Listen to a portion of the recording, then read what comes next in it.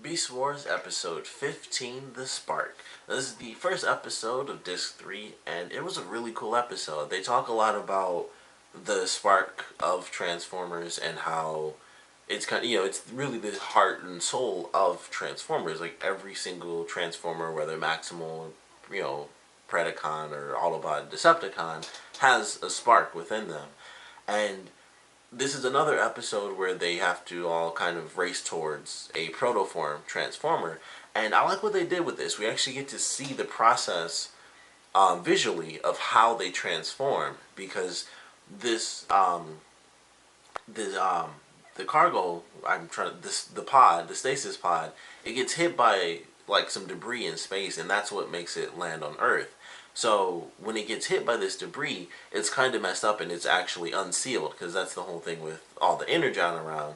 If the seal is cracked, then the protoform will die because it'll overload and the spark will fade. So Rhinox is kind of like the main focus of this episode, because it starts off with this pod coming down, and the Predacons actually see it on their screen. And Rhinox is just kind of out in the wild, and he sees it falling down. So he's like, "Oh, that's gonna land. I need to go, try to get this pod." And he can't call back to base because there's too much interference in the area that he's in. So he runs towards it, and then they kind of cut to Cheetor, who's kind of just out relaxing as well. And he sees it, and he contacts Tigertron and says, "You tell the base I'm gonna head there because I'm probably gonna need backup." He didn't know Rhinox was there, so he takes off. Rhinox gets there, and it's like this area. It's basically like a bunch of energon geysers shooting off, so it's a ton of energy in this area, and he can't stay in maximal form for too long. So, or I guess maximized form, or I don't know, however you want to call it, his actual robot form. And he can't stay in it for too long. And of course, and this is, I knew it was going to happen this way, because he starts off when he runs, and I thought he could run faster because he's a rhino, so he has, 4 legs, and he wouldn't be nearly as fast as like Cheetor. But I was like, I feel like he'd run faster as a rhino than he would in his normal robot form, because he'd have 4 legs compared to 2, and as big as anything can be, they run way faster than you expect. If you got more legs, you move faster. So he started off, in his maximized form, and I'm like, I know that that's gonna, backfire on him. And of course, it starts to when he gets to this area, because it's so much energon. But he like reverts power, basically like attack power, and defense power. He reverts it to his dampening field so that he can stay in this form a bit longer, because he's the only one there at this point, and he needs to try to save this protoform transformer, and he has to like fix the machine, and it won't go off. The little thing that they set up to where it'll scan for life forms, which allows them to transform into something else to keep them protected from all the energon. So he has to work on this machine, and Cheetor kind of meets up with him. It's like, okay, we're here, and then that's when the Predacons start to show up. And it starts off pretty simple. It starts off with Black Arachnia. She's kind of like the main villain focus, I guess, in this episode. And so Cheetor has to go up against her again. And she takes on Tigertron earlier in the episode, because he's, going around sounding super cool. And he can smell them, so he gets into a battle. And it's Scorponok and Black Arachnia. He beats Scorponok super fast. And then he fights Black Arachnia, and she hits him with like a poison dart pretty much, and so it knocks him out. And so then she makes it to them, and Cheetor has to take her on, and they're fighting, and she's whooping the crap out of him. She's kicking him like every other time. I'm like, man, he's got to survive this one, because she beat the crap out of him last time with like the one kick, and he got KO'd. So I'm like, he's got to, he can't just keep getting beat up all the time. He's got to fight back. And so he's getting beat up, he's getting beat out, and he's about to lose, because she knocks him down, and she's about to shoot him with the same arrow that she shot at Tigertron, or the same type at least. But he pulls like that martial arts thing where like they catch katanas and stuff like that, which is impossible. But she shoots the dart, and she's like at like point blank range pretty much. She's standing over him and just shoots down at him, really. And he catches it, and then he throws it back, and it hits her like dead in the center of her head. And I was like, holy crap, that was a really badass moment. Because I thought for sure she was going to knock him down, and then it would all be left up to Rhinox, and he'd have to find a way to fight back, even though he isn't as strong as he should be, because he'd have to kind of leave Maximal form. or his maximized form. So it was really cool. I was very surprised that he won, but I was super happy. I was like, that was a really cool way to do it. And Rhinox is still working on the ship.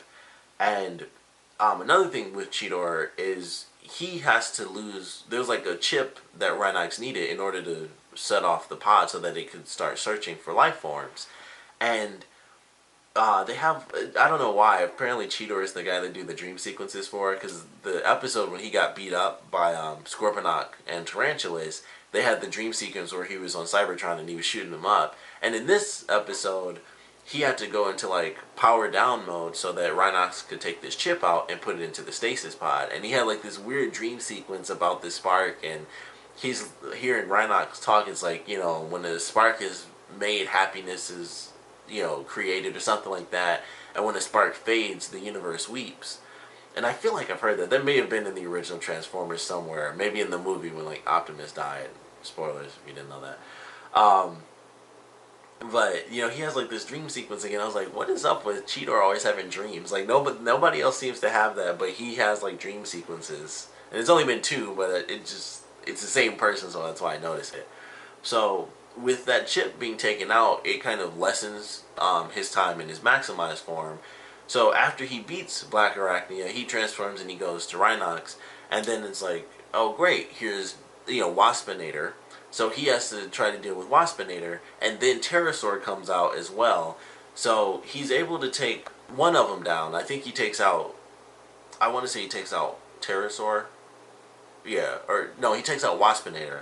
But Pterosaur is able to get him because he ends up outnumbered and he can't stay in his maximized form. Because pretty much the whole time he was running, like he couldn't, you know, transform. So he was just running and running and running, and he's finally able to get Waspinator, but Pterosaur takes him down. And then as Rhinox is getting near the end of his thing, his systems, you know, despite everything he did, he's starting to feel the pressure. So it's like he has to go into his maximized form because he has to connect the thing to himself, and it like really screws up his system. So he gets knocked out after he goes into his maximal form. He passes out, and then Pterosaur shows up. And it's like, oh man, look at you. You're knocked out, and here's the stasis pod and everything. And it still hasn't scanned for any life because there's nothing. It scanned, but there's nothing around. And he's like, oh, this is like my lucky day. And then the thing sets off. And there's a falcon in the area that it scans, which I knew was going to be a falcon because they did the same thing with Tigertron. So earlier in Cheetor's scene, when he was running towards the stasis pod, there was a falcon on the ship, or not on the ship, but there's a falcon like in the tree that he was running from. And I was like, this is going to be a falcon, which I totally forgot. I completely forgot that there was another Transformer. There's another one in here that I see that I forgot about, which I wish this picture wasn't in here because it's not in, it's on the first page, which I won't show, but this is for like disc 1 and 2. And this picture I'm covering up shows a new Transformer. I was like, I don't know why they put that there. I mean, you would assume people remember, but obviously for me, I'm basically learning everything all over again. I didn't remember about Tigertron. I didn't remember that they had this new Maximal. And it was really cool. And it's a female Maximal too, which really surprised me. Because I was like, when I saw the Falcon, I was like, oh, I guess there is a Falcon. And I was like, I kind of remember it. And all I remembered is that even in the maximized form, they still had like sort of the eagle head. And I was right about that a little bit. It's kind of pointy. And, you know, as Pterosaur is getting like super happy, it scans the ship, and we get to see this protoform Transformer take on the shape of this eagle. And I thought it was very cool because the whole time we see the spark in the middle. It's like, it's basically like a spark plug. It's like, it's just the spark, and there are these two little outlets, and it's kind of like electricity going to this orb with like little smaller orbs in the center. And it's basically, it's kind of like Terminator or T2, where it's just like liquid metal. That's kind of what it looks like. And then when Rhinox is able to stabilize it, it becomes an actual Transformer shape with no distinct features or anything. And after it scans the eagle, it goes from the full metallic shape back to like the metal blob, because that allows it to take on the shape of any form, because it's basically liquid metal, and then it reforms into whatever it's copying. So I thought it was cool that we got to see that actual process. We don't see the whole thing actually happening. Like basically you see like this is how it works. Like it goes from solid metal to liquid metal, and then it creates the components to actually transform evenly from one state to the other. So that was pretty cool. This giant freaking eagle comes out of the thing, and it picks up Pterosaur. It's like flipping him around, and at first it just sounds like an eagle. So I was like, I don't know if it's gonna actually have a voice or if it's gonna be like, the voice modulator is messed up, which a lot of people will be familiar with now because that's pretty much how they do Bumblebee. Since the movies came out, that's pretty much how everyone does Bumblebee. But after it throws Pterosaur and he's like shooting at it and it gets hit like once and he smiles, and then you hear the voice and it's a female voice, and it's basically, her name is super awesome. It's like Air Razor. I thought it was like, what's this gonna be, like Eagletron or something like that? That's what I was really thinking. But she just has like Air Razor, which is a super cool name. It's like a roller coaster name. And so she transforms and she beats the crap out of him. And I've mentioned this several times now, but when they get messed up, they should be dead. And she literally dismantled him. Like, she shot him up. They don't show how she does it, but they show like this field, and all you see are just parts falling down. Like an arm falls down, a leg falls down, a wing, other arm, other leg, body parts, this, that, and then his head falls down like right near the screen, like where the camera would be. And it was just like, he shouldn't be alive. Like, there's no reason. Like, there shouldn't be restoration to this point. So it's just crazy. Like, she like truly dismantled him, and then they end up making it back to base, and we finally see Optimus. Dinobot doesn't show up at all in this episode, by the way. Because one of the big things, I was like, what the heck is happening? I thought this was going to turn out to be one of those episodes where, it's like, oh, we only show these couple of characters, but it doesn't work in this sort of situation. Like, you see it all the time in live action shows where it's like, oh, that person's off doing this, or you just don't see a character in an episode because maybe the actor couldn't do it, or they just didn't have enough time to fill all that stuff in. But I'm like, if Tigertron early on in the episode was able to relay the message to base, at least Optimus should have been there because he was the only flyer until Airazor came along. So I was so confused. I'm like, they kind of make a point of saying like, oh, it's far away, and that's kind of why Pterosaur and Waspinator don't show up until later in the episode as well, because technically the Predacons do get it first, or they kind of get the information first, so that's why they get out there. And Scorponok and Black Arachnia were already really close, so that's why they were there, even though they weren't flyers. They just happened to be in the area. So they do kind of make a point that it's fairly far away, and it was just like, and they kind of touch on it, because when they finally, everything's said and done, they do go back to base, and the first thing they have Rhinox say is like, oh, you're a little late to this one, Optimus, but everything is fine because Airazor, took care of Pterosaur. And so he actually does say some stuff, because I thought for sure they were going to do it where it kind of ends and he just is like, and he just shakes like they didn't have the voice actor or something. But he does say something. Rat Trap actually says something too, because he was in the background. And I was like, it's so weird. And I guess it does kind of make sense that he wouldn't be able to show up in time because, like I said, they got the information last.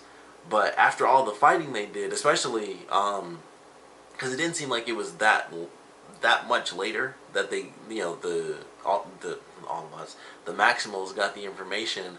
I still felt like he should have showed up, because they had a huge fight, like when Pterosaur and Waspinator showed up. After all of that happened, and maybe as Airazor was, fighting Pterosaur, that's when I felt Optimus could have at least showed up and it would have made sense. But like the fact that he just never showed up, I was like, he could have made it there in time. Like they've proven a point that he can fly super fast when he does like full thruster burn and stuff like that. And I feel like he would have done that if he knew like, oh, they're so far out there, because he can carry Rat Trap. So it's like, even if he had less power, he could still technically fight, and Rat Trap would be at full power, and he'd still be in his maximal form, as the small rat, and he'd be totally fine. So I was like, it just kind of doesn't work a little bit. Like, it seems a little weird, but it was still ultimately a really fun episode. That was like the one thing I was like, even though they make a point of saying it's really far away and stuff like that, and I guess it was closer to the Predacon base, which is, I guess, why they had it on their scanners, because it was within their kind of territory, really. So I guess in that sense, it does still kind of work, but I was still just like, man, I feel like even if that were the case, he could still make it out there, like full thruster burn, and he'd still make it at least at like the last minute, but they just kind of cut and it's like, yeah, you guys, too late, but everything was fine. But still a really fun episode.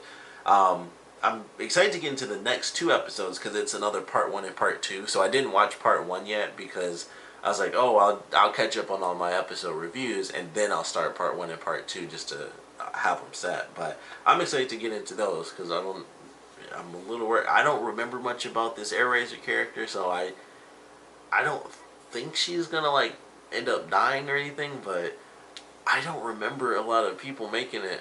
You know, I only remember a couple of characters, and mostly because of the second series, Beast Machines, Beast Wars.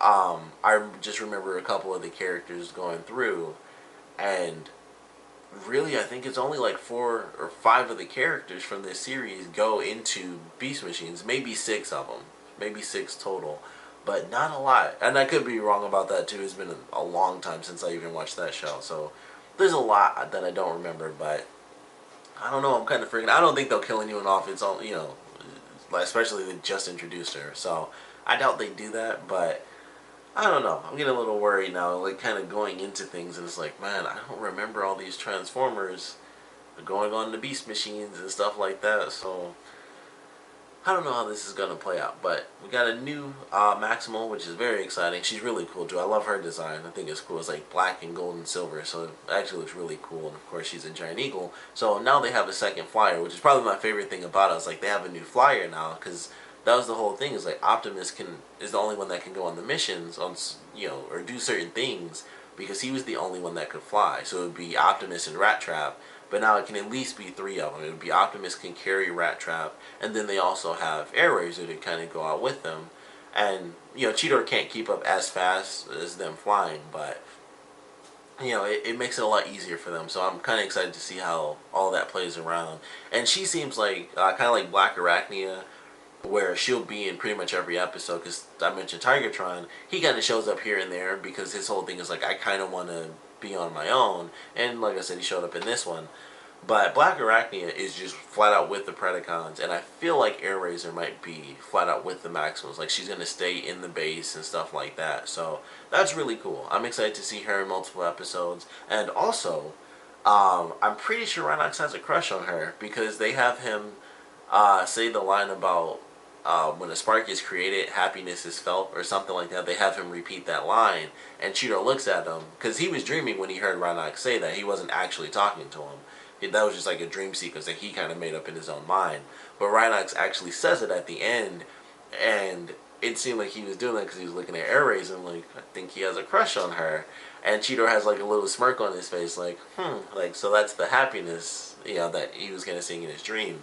So that I'm excited to see how they explore them having a relationship. So I'm looking forward to that, but definitely a cool episode. Really loved the design of the new character. Excited to see them use her a lot because, like I said, Optimus being the only flyer, that was a really big thing for a couple of episodes. That was kind of like, there's one episode that was literally the whole reason it happened was because only Optimus could get there in time, and it kind of messed things up. And I think it was, was it Tigertron? It may have been the Tigertron's episode. I really can't remember. But there was some episode where it was like, I'm the only one that can make it out there fast enough. I gotta go. So, they can kind of deal with that now. They have 2 flyers, and they can take it a little bit easy. One of which can actually fly in her Maximal form. So that also helps them. But certainly a fun episode. Glad to see them add a new character. They add them really fast, especially obviously with me going through the episode so quickly. It's like, man, this is only so many episodes in, like 15 episodes in, and it's like, boom, we've got 3 new characters since the beginning of the show.